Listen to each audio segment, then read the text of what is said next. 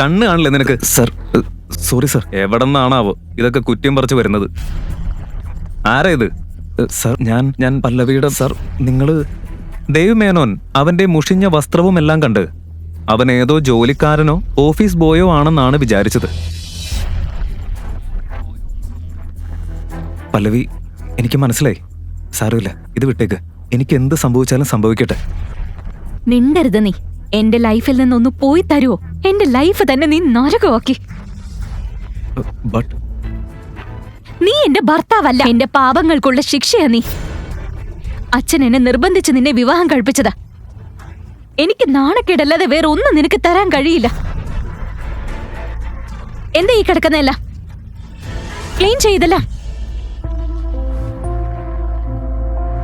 ശരി പല്ലവി, ഇതൊന്നും നിന്റെ തെറ്റല്ല. എന്റെ സമയത്തിന്റെ പ്രശ്നം. ഒരു നാൾ നീ എന്നെ മനസ്സിലാക്കുമെന്ന് എനിക്ക് ഉറപ്പുണ്ട്. I love you. അഭിമന്യു ഒരു കോടീശ്വര ബിസിനസ് ഫാമിലിയുടെ മരുമകനാണെങ്കിലും അവന്റെ സ്ഥിതി വളരെ ദാരുണമായിരുന്നു. എല്ലാവരും അവന്റെ അവസ്ഥയെ കളിയാക്കുമായിരുന്നു. ഹായ്, നിന്റെ അവസ്ഥ തന്നെ മോശമാണല്ലോ. നീ എനിക്ക് എന്ത് തരാനാ? തായോ. ഈ ലോകത്തിലെ എല്ലാ സന്തോഷവും ഞാൻ നിനക്ക് തരും. നീ എന്റേതാണ്. അത് നീ ഒരിക്കൽ മനസ്സിലാക്കും.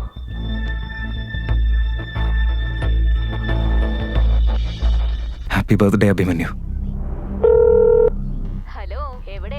നീ കാരണം ഞാൻ എന്റെ ഫ്രണ്ട്സിന്റെ മുമ്പിൽ നാണം കെട്ടു. നിന്നെ ഫോണിൽ വിളിച്ചിട്ടും കിട്ടുന്നില്ല.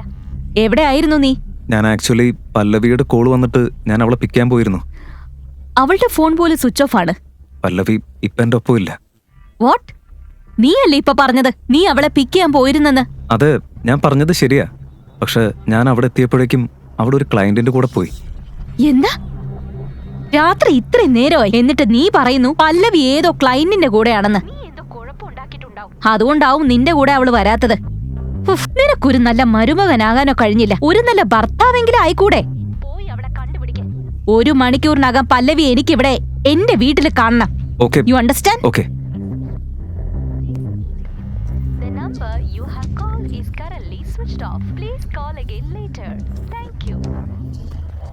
അഭിമന്യുവിനെ കുറിച്ച് ദേവ്മേനോന് ഒന്നും അറിയില്ലായിരുന്നു. പക്ഷേ ദേവ്മേനോനെ കുറിച്ച് പല്ലവി ഇടയ്ക്കിടെ സംസാരിക്കുന്നത് അവൻ കേട്ടിട്ടുണ്ട്. ദേവ്മേനോൻ അവരുടെ ഒരുപാട് കാലമായിട്ടുള്ള അവരുടെ ക്ലയന്റ് ആണെന്നും അയാൾക്ക് ഒരു നൈറ്റ് ക്ലബ് ഉണ്ടെന്നും ഒക്കെ. എന്താ നീ ചെയ്യുന്നത്?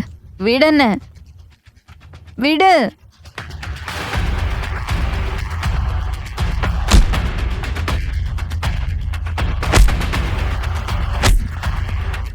മിസ്റ്റർ ദേവ്മേനോൻ, ഞാൻ പല്ലവിയുടെ ഭർത്താവാ. എനിക്കിപ്പം നിന്നെ കുത്തി കൊല്ലണമെന്നുണ്ട്. പക്ഷേ പല്ലവിക്ക് വേണ്ടി ഞാൻ അതിപ്പോ ചെയ്യുന്നില്ല.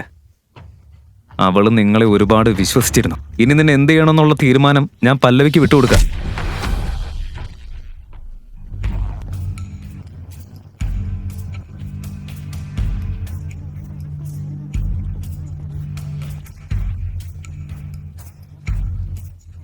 ഞാൻ എങ്ങനെ ഇവിടെ എത്തി? നമ്മൾ വേറെ റൂമിലാ ഉറങ്ങാറെന്ന് നിനക്കറിയില്ലേ? പല്ലവി, നീ ഇന്നലെ നല്ലോണം കുടിച്ചിട്ടുണ്ടായിരുന്നു. നിന്നെ ഇന്നലെ ദേവ്മേനോന്റെ പാർട്ടിയിൽ നിന്ന് ഞാനാണ് ഇവിടേക്ക് കൊണ്ടുവന്നത്. നിന്റെ അവസ്ഥ കണ്ടപ്പോ നിന്നെ ഒറ്റയ്ക്ക് വിടാൻ കഴിഞ്ഞില്ല. അതുകൊണ്ടാണ് ഞാനിവിടെ. സോറി. ഞാൻ ഏത് അവസ്ഥയിലായിരുന്നെന്നൊക്കെ എനിക്ക് നന്നായിട്ട് അറിയാം. എനിക്കെല്ലാം ഓർമ്മയുണ്ട്. ഇനി ഈ സിറ്റുവേഷൻ മുതലെടുത്ത് എന്റെ അടുത്ത് വരാന്ന് വല്ല തോന്നലും നിനക്കുണ്ടെങ്കിൽ അത് മനസ്സിൽ നിന്നങ്ങ് മാറ്റി നീ എന്നെ തെറ്റിദ്ധരിക്കുക. ഇതിന്റെ ഇടയിൽ ഞാൻ എന്റെ ഇമ്പോർട്ടന്റ് വർക്ക് പോലും മറന്നുപോയി. ഇനി ഈ ദേവ്മേനോന്റെ കാര്യത്തിലും എനിക്കൊരു തീരുമാനം ഉണ്ടാക്കണം. അയാള് ഇത്ര വൃത്തികെട്ട ഒരു മനുഷ്യനാണെന്ന് ഞാൻ അറിഞ്ഞില്ല. എന്തുപറ്റി? ഇതെങ്ങനെ? ഈ ഓഫീസർ എന്റെ ബിഗ്ഗസ്റ്റ് ഡ്രീം പ്രോജക്റ്റിന്റെ അപ്രൂവൽ റിജക്ട് ചെയ്തു.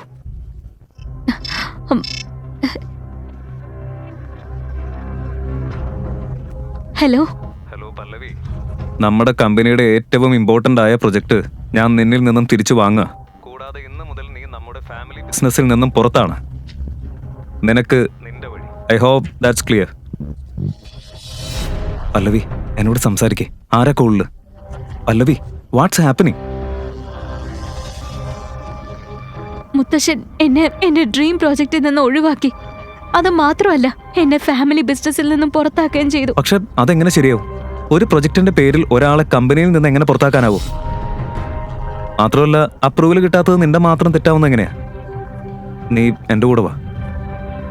നമുക്ക് മുത്തച്ഛനൊന്ന് കണ്ട് സംസാരിക്കാം പ്ലീസ്. നോക്ക് പല്ലവി, ഞാൻ ബിസിനസിന്റെ കാര്യത്തിൽ സ്ട്രേറ്റ് ഫോർവേഡാ. ഞാൻ ഈ തീരുമാനം എടുത്തത് ദേഷ്യത്തിന്റെ പുറത്തോ ഏതെങ്കിലും ഇമോഷന്റെ പുറത്തോ അല്ല. ഈ ബിൽഡിംഗ് പ്രൊജക്ട് നമ്മുടെ കൺസ്ട്രക്ഷൻ കമ്പനിയുടെ ഒരു സ്വപ്നമായിരുന്നു. അതുകൊണ്ട് ഞാൻ ഈ പ്രൊജക്ട് നിന്റെ കസിൻ ജീവനയിൽ ഇന്ന് മുതൽ ഈ പ്രൊജക്ട് അവൻ ഹാൻഡിൽ ചെയ്യും. നിനക്ക് വീട്ടിൽ സുഖമായിട്ടിരിക്കാം. മുത്തശ്ശ, ഈ പ്രോജക്റ്റ് എന്റെ സ്വപ്നമായിരുന്നു. ഈ ഓഫീസർ എന്തുകൊണ്ട് അത് അപ്രൂവൽ ചെയ്യാത്തതെന്ന് എനിക്ക് അറിയില്ല. പക്ഷെ എങ്ങനെയെങ്കിലും ഈ പ്രൊജക്ടിന്റെ അപ്രൂവൽ ഞാൻ നേടിയെടുക്കും. ഞാൻ മുത്തശ്ശന് പ്രോമിസ് ചെയ്യുന്നു, ആ പ്രൊജക്ട് ജീവന് കൊടുക്കുന്നതിന് മുമ്പ് എനിക്ക് ഒരു അവസരം കൂടി തരൂ പ്ലീസ്. ഓക്കെ, പക്ഷെ ഈ ജോലി നീ ഇന്ന് തന്നെ തീർക്കണം. താങ്ക് യു മുത്തശ്ശ. മിസ്റ്റർ സക്സേന, നിങ്ങളോട് ഒരു കാര്യം ചോദിക്കാനുണ്ടായിരുന്നു. അതെ, ഇരിക്കൂ, പറയൂ. എന്തെങ്കിലും ഇമ്പോർട്ടന്റ് ആണോ? നമ്മുടെ കമ്പനിയുടെ എല്ലാ ബിൽഡിംഗ്സിന്റെയും ഡോക്യുമെന്റ്സ് കറക്റ്റാ. എല്ലാ റൂൾസും ഫോളോ ചെയ്തിട്ടുണ്ട്. എന്നിട്ടും ഞങ്ങൾക്ക് അപ്രൂവൽ കിട്ടിയില്ല. അതിന്റെ കാരണം എന്താന്ന് ഒന്ന് പറയാമോ?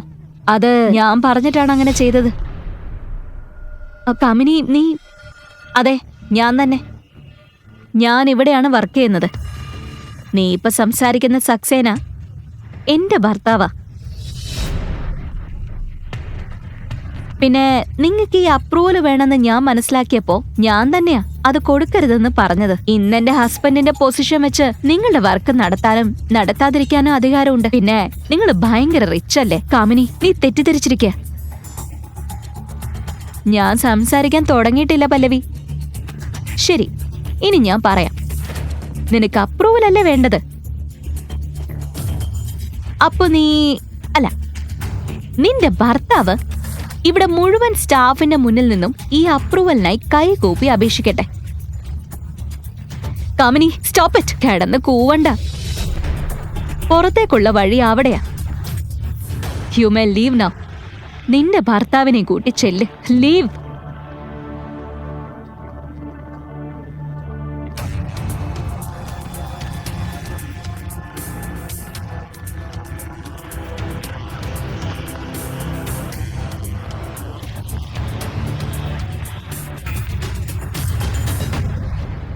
അവൻ നിന്നെ ഇത്രയും സ്നേഹിക്കുന്നുണ്ട്.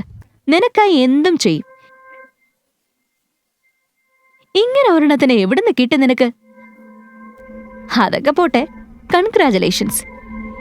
ഇതാ നിന്റെ അപ്രൂവല്. ഇതെങ്ങനെ സാധിക്കും? ഞാൻ നിങ്ങളുടെ ഭർത്താവിന് പണം കൊടുത്തതാ. അത് നിനക്ക് തിരികെ കിട്ടും. എനിക്ക് എന്റെ പ്രതികാരമാണ് വലുത്.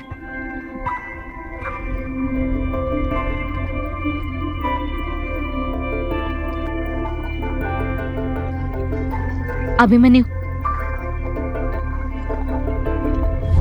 നിന്നോടാരാ ഇതൊക്കെ ചെയ്യാൻ പറഞ്ഞത്?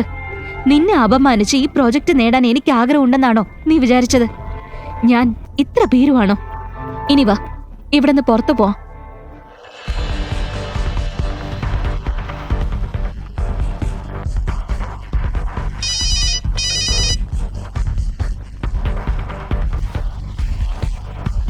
എന്തിനാ നീ എന്നെ ഇങ്ങനെ വിളിച്ചുകൊണ്ടിരിക്കുന്നത്?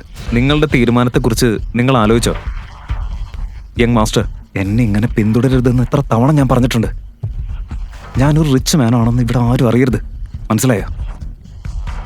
ഫോൺ വെക്കേ.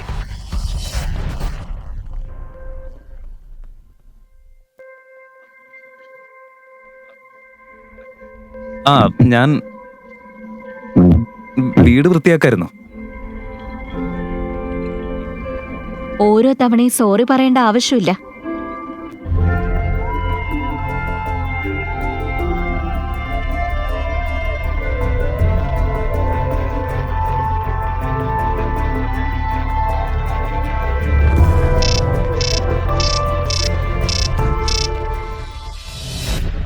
പല്ലവി, പല്ലവി, നിന്റെ അച്ഛനൊരു ആക്സിഡന്റ് ആയി. വേഗം ഹോസ്പിറ്റലിലേക്ക് വാ. നിർത്ത്, ബൈക്ക് നിർത്ത് പ്ലീസ്. വേഗം സിറ്റി ഹോസ്പിറ്റലിലേക്ക് വിട്. അച്ഛന് ആക്സിഡന്റ് ആയി. മോം, പല്ലവി, നിന്റെ അച്ഛൻ. വിഷമിക്കണ്ട അമ്മ, അച്ഛനൊന്നും സംഭവിക്കില്ല. Doctor sir, hello doctor sir, ഇപ്പോൾ അദ്ദേഹത്തിന്റെ കണ്ടീഷൻ എന്താണെന്ന് പറയാമോ? ഇവിടെ കൊണ്ടുവന്നപ്പോൾ അയാളുടെ അവസ്ഥ വളരെ മോശമായിരുന്നു. ഇപ്പോൾ കണ്ടീഷൻ സ്റ്റേബിൾ ആണ്. പല്ലവി, നീ ഒരു കാര്യം ചെയ്യ്, നീ അമ്മയും കൂട്ടി വീട്ടിലേക്ക് പോ. അങ്കിളിനെ ഞാൻ നോക്കിക്കോളാം. ഇത്ര മോശ അവസ്ഥയില് അച്ഛനെ വിട്ട് ഞാൻ എങ്ങോട്ടും വരില്ല. പല്ലവി, അങ്കിൾ എനിക്ക് ദൈവം പോലെയാ. ഞാൻ ഏറെ കടപ്പെട്ടിരിക്കുന്ന ആളാ. ഞാൻ നല്ലോണം നോക്കിക്കോളാം. എല്ലാം ഞാൻ മാനേജ് ചെയ്യും. പ്ലീസ് നീ വീട്ടിലേക്ക് പോ. Okay, thank you.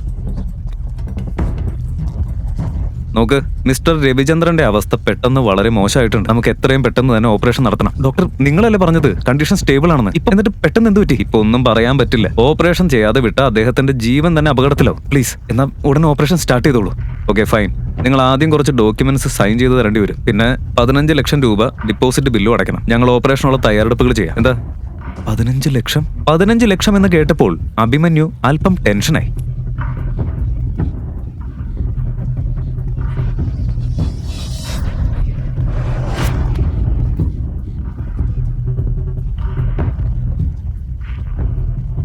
നീ ഇവിടെ എന്ത് ചെയ്യാ?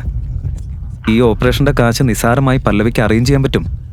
പക്ഷെ ഇതൊക്കെ സ്വാഭാവികമായി സംഭവിച്ചതാണെന്ന് കരുതുന്നുണ്ടോ? യങ് മാസ്റ്റർ, ഈ ആക്സിഡന്റ് നടന്നത് താങ്കളുടെ മുത്തച്ഛന്റെ ഓർഡർ പ്രകാരമാണ്. എന്ത് ധൈര്യത്തിലാണ് നീ ഇത് ചെയ്തത്? സോമനാഥ പിള്ളയുടെ ധൈര്യവും പവറും എന്താണെന്ന് കരുതിയത്? അദ്ദേഹം ഒരു ചെറുവിരൽ അനക്കിയ ഇന്ത്യയുടെ ഷെയർ മാർക്കറ്റ് മുഴുവൻ താഴേക്ക് പോകും. അപ്പോ ഈ ആക്സിഡന്റ് ഒക്കെ വെറും നിസ്സാരം. നീ ചെയ്തത് തെറ്റാ. ഇതിന്റെ ഫലം നീ അനുഭവിച്ചേ മതിയാകൂ. ഇതിന്റെ ഫലം വെറും 15 ലക്ഷം രൂപയല്ലേ? അതടയ്ക്കാൻ ഞാൻ തയ്യാറാ. പക്ഷെ താങ്കൾ പിള്ളേ ഗ്രൂപ്പിലേക്ക് മടങ്ങി വരണം. ആ 15 ലക്ഷം നിങ്ങൾ തന്നെയാ കൊടുക്കേണ്ടത്. അതിനുശേഷം എന്ത് ചെയ്യണമെന്ന് ഞാൻ തീരുമാനിക്കും. ഇനി ഞാൻ നിങ്ങളെ ഒരിക്കലും വിശ്വസിക്കില്ല. ഞാൻ കാശ് തന്നില്ലെങ്കിലും നീ നിന്റെ ഉത്തരവാദിത്വത്തിൽ നിന്ന് രക്ഷപ്പെടില്ല യങ് മാസ്റ്റർ. നിന്റെ ഭാര്യയല്ലേ പല്ലവി? ഒന്ന് ആലോചിച്ച് നോക്ക്. അവളുടെ പപ്പയുടെ ആക്സിഡന്റിന്റെ കാരണം നമ്മുടെ എഗ്രിമെന്റ് നീ അംഗീകരിക്കാത്തതാണെന്ന് അവൾ മനസ്സിലാക്കിയ പിന്നെ എന്തായിരിക്കും സംഭവിക്കുക? നിന്റെ സ്വന്തം പിള്ളേ ഫാമിലിയാണ് ഈ അപകടത്തിന് പിന്നിലെന്ന് അവൾ അറിഞ്ഞ നിങ്ങളുടെ പച്ച പിടിച്ചു വരുന്ന ബന്ധം അവസാനിക്കാൻ അത് മാത്രം മതി. പിന്നെ അവൾ നിങ്ങളോട് ക്ഷമിക്കോ? ആ പിന്നെ നിനക്ക് നിന്റെ മുത്തശ്ശനെ നന്നായിട്ട് അറിയാലോ. അദ്ദേഹം ഇത് ഇവിടം കൊണ്ടൊന്നും അവസാനിപ്പിക്കില്ല. പിന്നെ പല്ലവിയുടെ കാര്യം എന്താവുമെന്ന് ശ്രദ്ധിച്ചു കേൾക്ക്. പല്ലവിയുടെ കുടുംബത്തിന് ദോഷമാകുന്ന ഒന്നും നിങ്ങൾ ചെയ്യരുത്.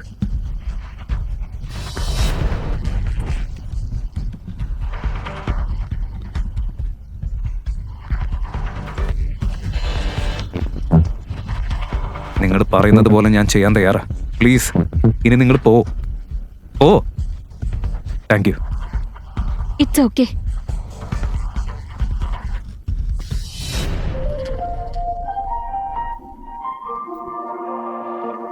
യെസ് ഡോക്ടർ, ഇപ്പോ ഡേഞ്ചറിൽ നിന്ന് ആള് പുറത്തു വന്നു. Thank you, thank God, thank you so much. Thank you. ഒരു സെക്കൻഡ്, ഞാൻ ഈ കോൾ എടുക്കട്ടെ. ഹലോ, യെസ് ദിവ്യ, പറയൂ. യെസ് ജീജു, ജീജു പ്ലീസ് സേവ് മീ. വിടനെ, വിട് ജീജു, പ്ലീസ് എന്നെ രക്ഷിക്ക. ഇല്ലെങ്കിൽ എന്തെങ്കിലും സംഭവിക്കും. വിട്, വിട് പ്ലീസ് ജീജു. പല്ലവി, എനിക്കൊരു അർജന്റ് വർക്ക് വന്നിട്ടുണ്ട്. അത് തീർത്തിട്ട് ഞാൻ തിരിച്ചു വരാം. Please give me some time. Thank U.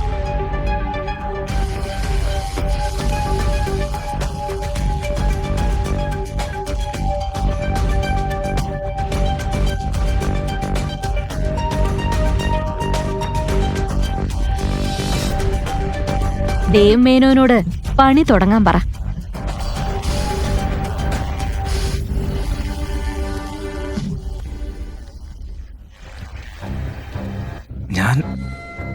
ഞാനിവിടെ എന്താ ചെയ്യുന്നത്? പല്ലവിയുടെ അച്ഛൻ ഹോസ്പിറ്റലിലല്ലേ? എന്റെ ഫോൺ ദിവ്യയെ വിളിക്കണം. ദിവ്യ, ഫോൺ എടുക്ക്. ഹലോ ദിവ്യ, നീ എവിടെ? ഇന്നലെ രാത്രി ഞാൻ മേനോന്റെ പാർട്ടിയിലെത്തിയപ്പോ നീ അവിടെ ഉണ്ടായിരുന്നില്ല. അതിനുശേഷം ആരോ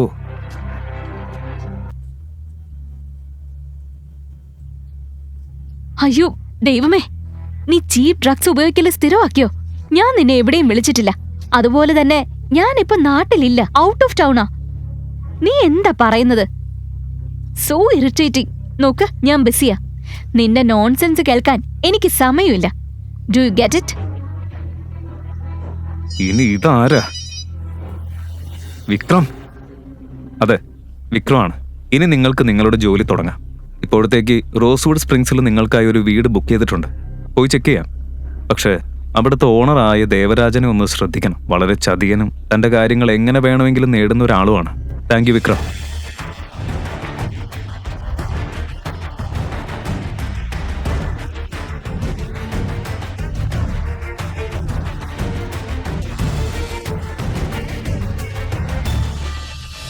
ഹൗസ് റോസ്വുഡില് അവിടെ 50 കോടിക്ക് താഴെ ഒരു ഫ്ലാറ്റ് പോലും കിട്ടില്ലല്ലോ.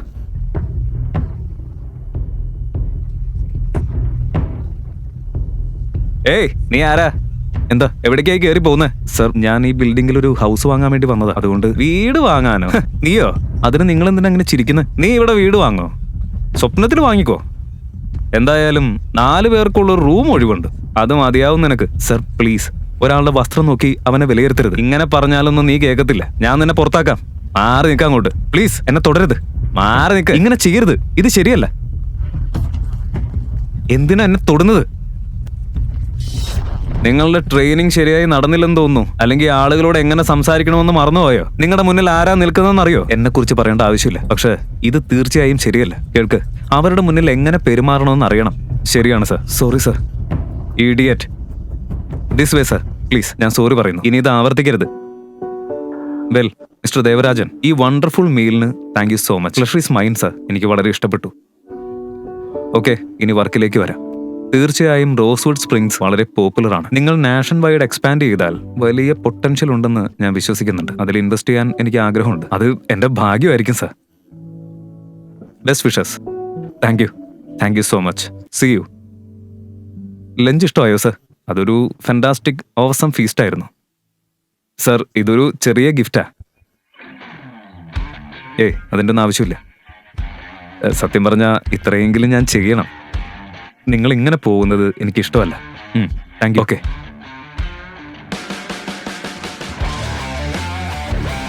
Let's start. കാർ എടുക്ക.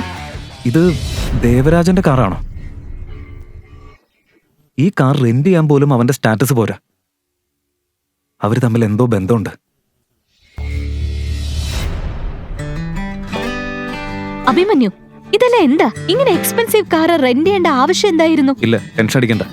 ഇതൊരു ഫ്രണ്ടിന്റെ കാറാ. നീ വാ, പോവാം.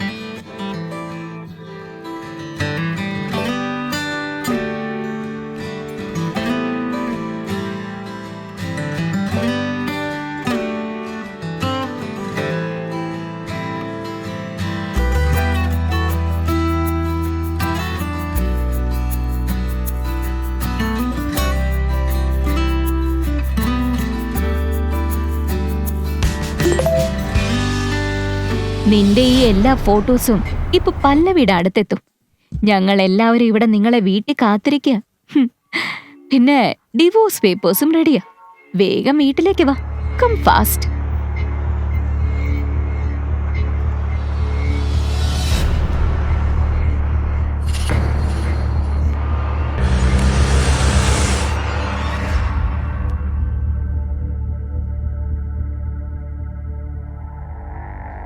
അവിടെ തന്നെ നിക്ക്. അഭിമന്യു, ഇനി ഒരു അടിയെങ്കിലും എന്റെ വീട്ടിലേക്ക് വയ്ക്കരുത്. ഇത്രയും കാലം നീ ഒരു പാഴായിരുന്നു. ഇപ്പൊ ഈ കുടുംബത്തിന് നീ ഒരു നാണക്കേടും കൂടിയായി. എന്റെ മകളെ വഞ്ചിക്കാൻ നിനക്ക് എങ്ങനെ ധൈര്യം വന്നു? ഇത് മുഴുവൻ കള്ളമാണ്. ഈ ഫോട്ടോസിൽ കാണുന്നത് പോലെ ഒന്നുമല്ല. അത് ഞാൻ പോലുമല്ല. നോൺസെൻസ്. ഈ ഫോട്ടോ കണ്ട വ്യക്തമാണ് അത് നീ തന്നെയാണ്. പല്ലവി, ദയവ് ചെയ്ത് എന്നെ വിശ്വസിക്കേ. ഇത് ഞാനല്ല. ഇതെല്ലാം കള്ളോ. നമ്മുടെ റിലേഷൻഷിപ്പ് തകർക്കാൻ വേണ്ടി ആരോ ശ്രമിക്കുന്നുണ്ട്. ഇത് അവരുടെ കോൺസ്പിറസിയാ. ഞാൻ നിന്നോട് ഇങ്ങനെ ചെയ്യില്ല, ഒരിക്കലും ചെയ്യില്ല. ഓ, എന്നാ സത്യം എന്താന്ന് പറയ്.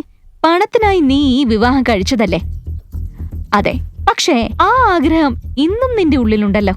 പിന്നെ ഏത് റിലേഷൻഷിപ്പാണ് നീ പറയുന്നത്? ഇതുവരെ ഒന്നും നടക്കാത്ത ഈ റിലേഷൻഷിപ്പ് തന്നെയാണോ ഡിവോഴ്സ് പേപ്പേഴ്സ്? ദാ അവിടെ കിടക്കുന്നു. മിണ്ടാതെ അത് സൈൻ ചെയ്യ്. ഇനി ഈ വൃത്തികെട്ടവനോടൊപ്പം ഒരു നിമിഷം പോലും ഞാൻ നിന്നെ താമസിപ്പിക്കില്ല. പല്ലവി പ്ലീസ്, ഇത് ചെയ്യരുത്. അവൾ എന്നെ ട്രാപ്പ് ചെയ്യാ. Please please.